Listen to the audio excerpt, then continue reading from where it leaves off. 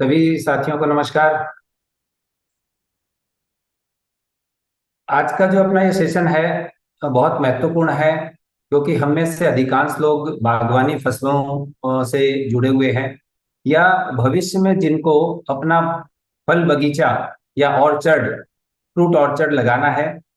देखा जाता है अक्सर कि 500 हजार पौधे लगाने के बाद में 5% से 10% तक पौधे मॉर्टेलिटी होती है।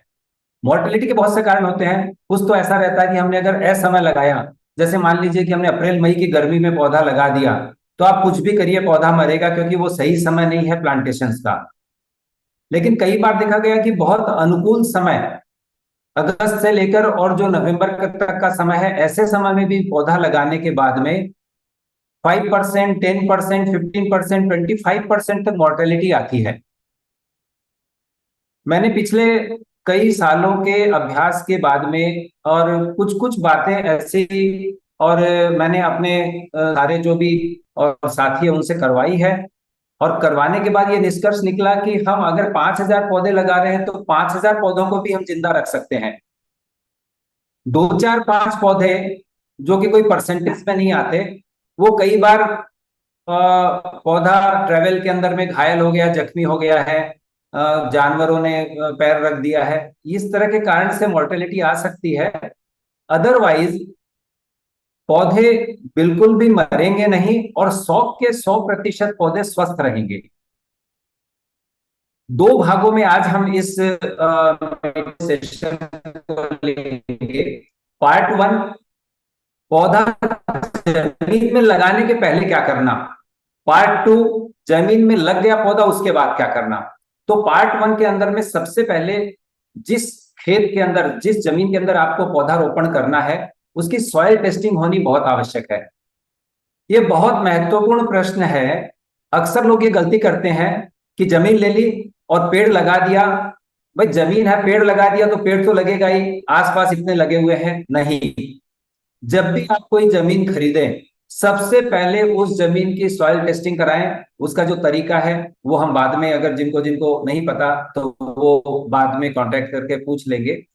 सॉइल टेस्टिंग रिपोर्ट आने के बाद वो जमीन के अंदर किस चीज की कमी है, किस चीज की अधिकता है, ये दोनों बातों की जानकारी होने के बाद में ही आप निर्णय लें कि कौन सा पौधा वहां लगाना है। कई बार क्या होता है कि कोई ऐसी अस्वाभाविक चीज रहती है, जैसे मान लीजिए कि एग्जाम्पल के रूप में बताता हूं कि कैल्शियम कार्बोनेट, चूने का बहुत ज्यादा अंश अगर किसी जमीन में है, तो वहां पर सीताफल की खेती बहुत मुश्किल से होती है। पौधों की ग्रोथ नहीं आती, ग्रोथ आ गई तो फल नहीं लगते, फल झड़ जाते हैं, साइज नहीं बनती, इस तरह की बहुत सारी समस्याएं आती है। तो किसान परेशान रहता है कि शायद पौधे तो गलत नहीं आ गए, मेरी प्रैक्टिस तो गलत नहीं है। ऐसा नहीं होता, वो जमीन उस फसल के लायक नहीं है। तो इसलिए जो पहला जो पॉइंट है कि आप सॉइल की टेस्टिंग अवश्य कराएं। दूसरी बात, उस जमीन में चाहे जितनी भी अच्छी उपजाऊ जमीन हो, पहले वहां खेती होती हो, नहीं होती हो,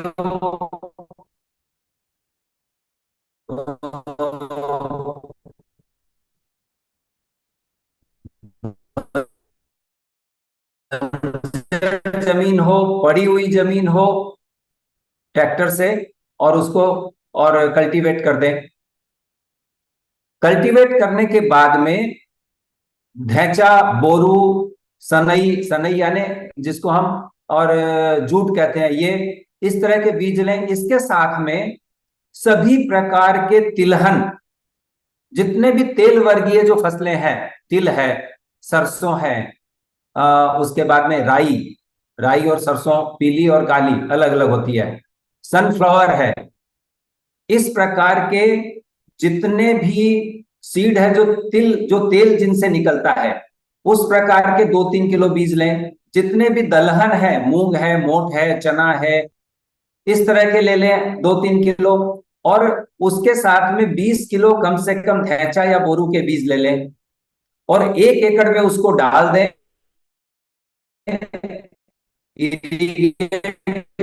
करें उसको, 60 से 75 दिन उसको बढ़ने दें। 2.5-3 फीट तक की हाइट आ जाएगी 60-70 दिन में। उसके बाद उसको जमीन पर सुला दें। जब थोड़ी सूख सूख जाए तो उसके ऊपर रोटावेटर प्लाऊ करके जमीन को बराबर करें।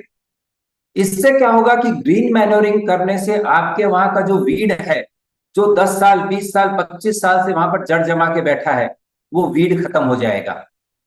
पहली बार ग्रीन मैन्योरिंग करने में ये वीड 50-60% खत्म हो जाएगा। और अगर 2-3 साल हम लगातार कर लेंगे तो वीड 5-10% पे आ जाएगा। जितने आपको आवश्यकता उतना ही बचेगा। इससे एक फायदा ये होगा कि आपकी जमीन बहुत बैलेंस्ड, न्यूट्रिशियस हो जाएगी। ग्रीन मैन्योरिंग में जो मैंने बताया, तिलहन और दलहन डालने से, इससे सभी प्रकार के माइक्रो न्यूट्रिएंट्स आपकी जमीन में और पहले से आ जाएंगे। जिन जिन लोगों ने ऐसा किया है या क्रॉप लगाने के बाद में संतरा मौसम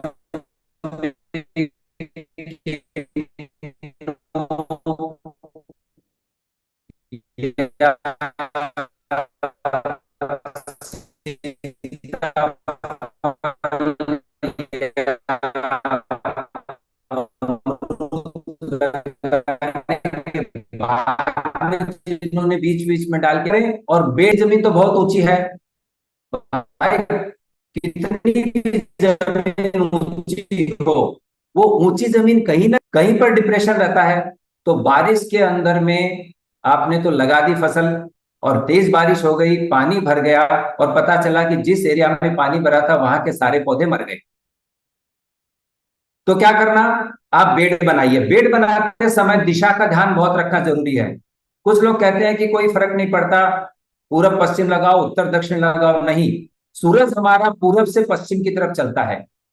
यानी जब पूरब से चलता है, तो अगर पूरब से पश्चिम की दूरी अगर पौधों की कम रहेगी, तो एक पौधे की छाया दूसरे पर पड़ेगी। तो यानी 12 बजे तक छाया पड़ी, फिर 12 बजे जब सूरज ऊपर आ गया, थोड़ी देर धूप मिली, 2 बजे के बाद फिर से छाया पड़ेगी। दिन भर पौधा छाया में रहेगा। सन हार्वेस्टिंग कम होगी, फोटोसिंथेसिस कम होगी, पौधे की ग्रोथ 20% से 30% कम हो जाएगी, बीमारियां आएगी वो अलग से। तो क्या करना, रो टू रो जो है, यानी जो लाइनें चलेगी वो उत्तर दक्षिण चलनी चाहिए। पौधे से पौधे की दूरी उत्तर दक्षिण, और रो से रो पूरब पश्चिम। तो मान लीजिए आपने 15x10 पे लगाया, तो 15 की जो दूरी है ये पूरब पश्चिम। उत्तर दक्षिण में पौधे से पौधा 5 फुट 7 फुट 10 फुट, जैसे आपकी मर्जी वैसा लगाइए। बेड प्रिपरेशन कीजिए। बेड मेकिंग जब हो गया, तो बेड मेकिंग के बाद में उसके ऊपर गड्ढे कीजिए। 1 feet by 1 feet by 1 feet, 1 feet गहरा, 1 फीट चौड़ा, 1 फीट लंबा। अगर मिट्टी थोड़ी खराब है, बहुत ज्यादा जिसको कहते हैं ना, क्या कहते हैं, सैंडी सॉइल है, मुरमाटी जमीन है, रेड सॉइल का अंश ज्यादा है, पथरीली है, तो 1.5 feet by 1.5 feet by 1.5 feet कीजिए। बेड बनाइए।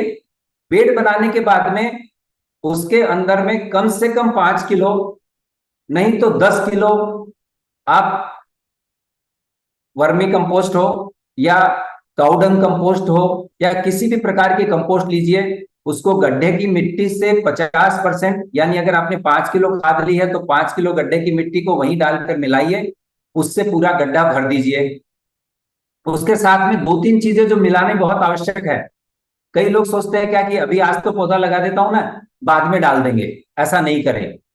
जो चीजें फाउंडेशन में जड़ में डालनी है वो जड़ में ही डालनी पड़ेगी। मकान जब बनता है तो फाउंडेशन जब बनाते हैं तो ऐसा होता है क्या कि अच्छा बढ़िया चीज ऊपर लगा देंगे, अभी तो नीचे गड्ढा है कुछ भी डाल के भर दो। उस गड्ढे के ऊपर ही आपकी ऊपर की इमारत डिपेंड करती है कि कितने दिन टिकेगी। तो क्या करें, उसके साथ में एक 5 से 10 ग्राम आरजाल यानी वैम पाउडर मिलाएं।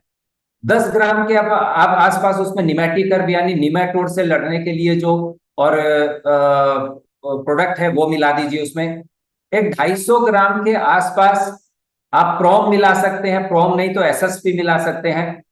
ये उस गड्ढे की मिट्टी में मिलाकर उस गड्ढे की मिट्टी को भर दें, ड्रिप लाइन को इंस्टॉल कर दें, और पानी के पूरे गड्ढे को गीला कर दें, भर के पानी अच्छी प्रकार जाने दीजिए, जिससे 2-3 दिन में वो गड्ढा पूरी तरह पानी से सराबोर हो जाए और वो जो पूरी दवाइयां है वो पूरे गड्ढे की मिट्टी में, उस गड्ढे में समा जाए। अब आपने क्या क्या कर लिया? सॉइल टेस्टिंग कर लिया आपने, ग्रीन मैनोरिंग की, ग्रीन मैनिंग को अच्छी तरह से और रोटावेटर से मल्च कर दिया आपने, बेड बना लिए, बेड बनाने के बाद पिट बनाए, पिट बनाने के बाद में पिट को फिलिंग कर दिया, सारी जो भी खाद वगैरह दवाइयां थी उससे भर दिया, ड्रिप की लाइन बिछा दी, पानी चला दिया। अब आपका ये गड्ढा तैयार हो गया है पौधा लगाने के लिए। ये हो गया आपका पार्ट वन। पार्ट वन में आपने क्या किया? खेत की तैयारी कर ली कि अब आपका पौधा जमीन पे लगने के लिए तैयार है।